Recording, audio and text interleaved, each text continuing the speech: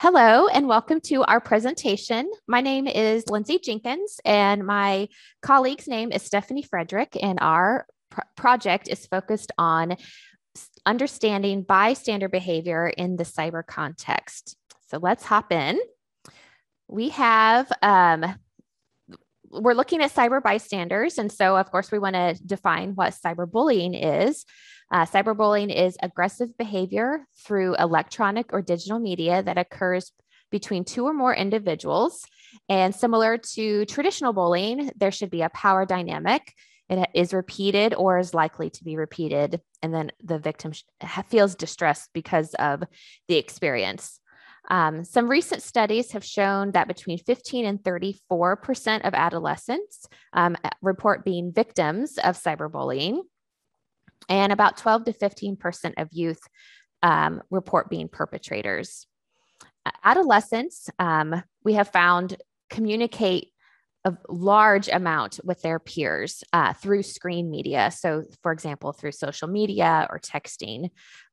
These studies have found that they actually communicate more using screens than they do in face-to-face interactions. In 2011, Linhart found that 88% of US teens have witnessed cyberbullying on social media sites. But of those, 91% of them ignored cyberbullying.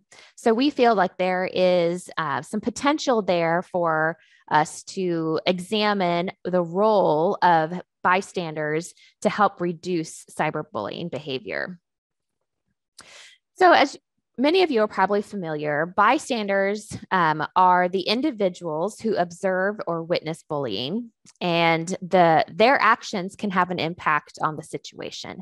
So they can either ignore what's going on or they can intervene in some way. There is a lot of research to support the importance of bystanders.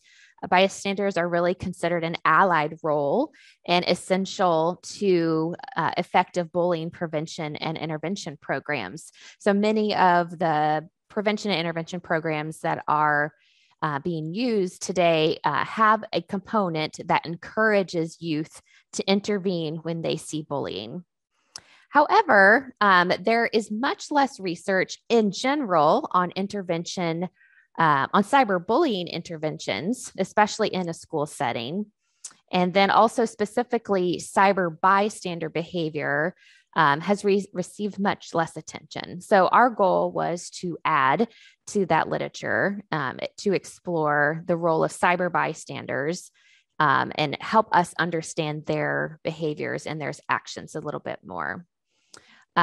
Of what we did with our literature search, we only found 2 published studies that examined the effectiveness of an intervention that specifically targeted increasing bystander intervention in cyberbullying. And these studies were school-based studies, and they were really, really interesting. Neither of the studies found that there were direct increases in bystander behavior. They did find other things like increases in empathy and those types of things, but neither of those studies found that there was a direct increase in intervention behavior. So in order to fill this gap, our hope is that we can kind of take things back to the basics and look at the bystander intervention framework, provide a kind of a theoretical framework to studying bystander behavior. And so a classic theory that's used to understand bystander behavior is from the work of Latané and Darley. They are the social psychologists that studied bystander behavior in emergency situations. They talked about the bystander effect, but then they also proposed this model that says there are a series of steps that lead to intervention in an emergency situation. So here you can see things start with an event. There's an event that is occurring. The very first step in the model is that that event has to be noticed. And so you have to notice that something is happening. If you notice it, an event is happening, then the next step is that you need to interpret the event as one that needs help or needs support.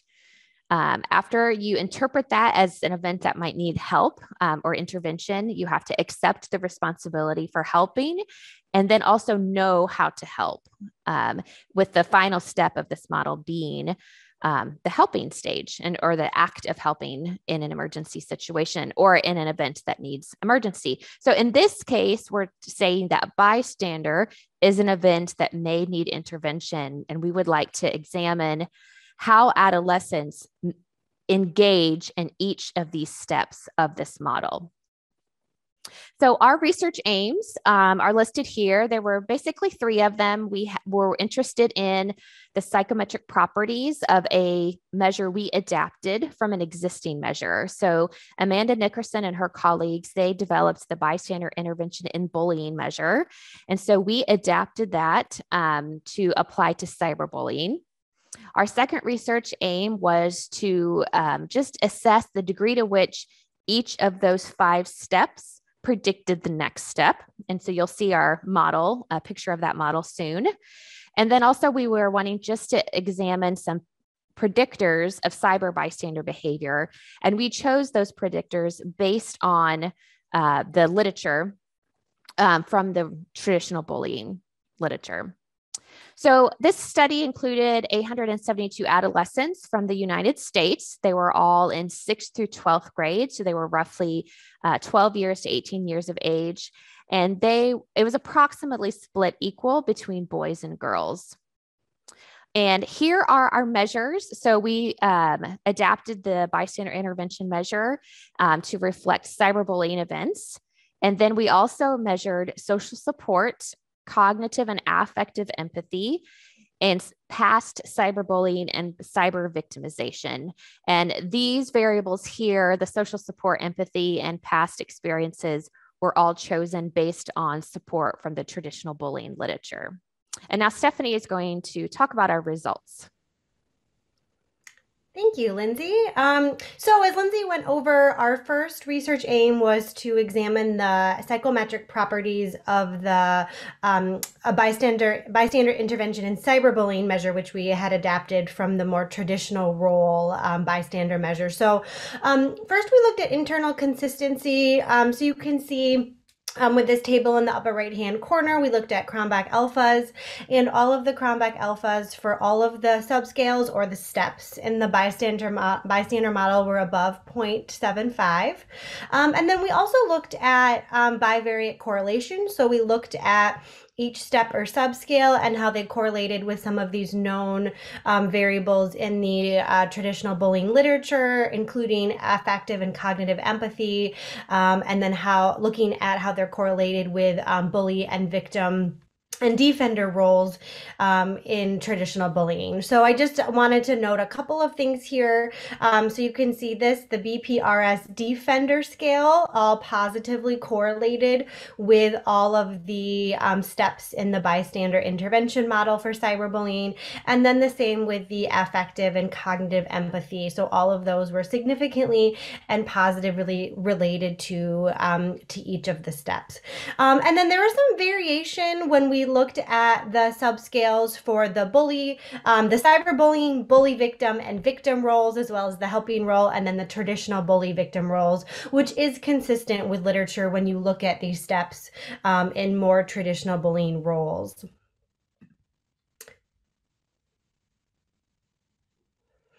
We also ran a confirmatory factor analysis, and we found that a second order model actually had the best fit with this last step here being a second order model. But we found that each of the steps, all of the items for each of the steps loaded nicely. So we had standardized factor loadings that ranged from 0.35 to 0.88. I will note that that one factor loading 0.35 was just one of the items. Most of them typically ranged above 0.7 or so, and they were all statistically significant at the 0.001 level. The ACT subscale, as I had noted, we did find the second order model had the best fit with items loading onto three latent factors. So one that looked at direct intervention, which would just entail directly intervening in the cyberbullying situation, emotional support, which is providing support to the target or the victim, so a little bit more indirect defending or sort of acting, and then actually reporting the behavior. And once again, this is also consistent with some of the other literature that has found some of these different roles with defending behavior. Our second research aim was to look at how each step of the model predicted subsequent steps, and we found that each step was positively and significantly related to each step in the model. And you can see these associations were just a bit stronger looking at some of these later steps than that first step than notice was, but these were all very strong associations, and so this confirmed our hypotheses that each step was positively and significantly associated with each subsequent step. And then our final research aim, we conducted a path model in AMOS, which was to look at various predictors of each step in the bystander cyberbullying intervention. So I'll go through these a little bit quickly here. So we looked at cyberbullying victims and bullies, and then the role of social support, affective empathy, and cognitive empathy in predicting each step. So for that first step, notice, we found that cyber victims and affective empathy positively and significantly was associated with notice. For the interpret step, we found that cyberbullying was negatively associated with interpreting the situation as a bullying scenario, and social support and affective empathy were positively associated. We found some more significant associations with accept, with cyber victimization, social support, and affective empathy positively being associated with accept, and then cyberbullying negatively associated. Similar to no, we found cyber victimization, social support, and affective empathy being positively associated with knowing what to do. And then for the actual ACT step, we found that higher levels of social support, affective empathy, and cognitive empathy being important associations with actually acting in these scenarios. So here's just an overall result summary. And so we found that these students were more likely to notice if they had previous experience as a victim or they were high in affective empathy. Students were more likely to interpret the event as needing help if they had low cyberbullying experience or potentially high social support and affective empathy. Students were more likely to accept responsibility to intervene if they were a past cyber victim. They had lower levels of cyberbullying and higher levels of social support and affective empathy. They were more likely to know what to do in these scenarios if they were a past cyber victim, and they also had high social support and affective empathy. And then the final step, which some might say is the most important step, actually acting, those students tended to report higher levels of social support and then both affective as well as cognitive empathy. And then we also found just some preliminary support for the application of the five-step bystander intervention model for cyberbullying. And so we found that support through looking at internal consistency and the confirmatory factor analyses, and also that help or that final step can be broken down into different strategies. And then overall, just past experience as a cyber victim, perceiving high levels of social support and affective empathy are especially important predictors that we found in that model. So one of the biggest limitations of our study is that it was a cross-sectional study. So future research should particularly look at longitudinal analysis to really examine these predictors as well as outcomes of the bystander step.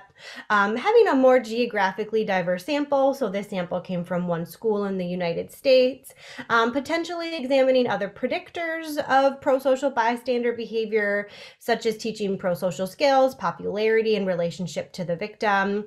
And then also intervention studies are needed. So once we have a better sort of sense of some of these predictors and outcomes, potentially looking at intervention studies that can actually help to teach or promote pro-social bystander skills in the cyber context. So thank you so much for listening to our presentation. You can see Dr. Jenkins and myself. Our contact information is there. Feel free to reach out to us if you have any questions or want to discuss further these topics. But thank you so much.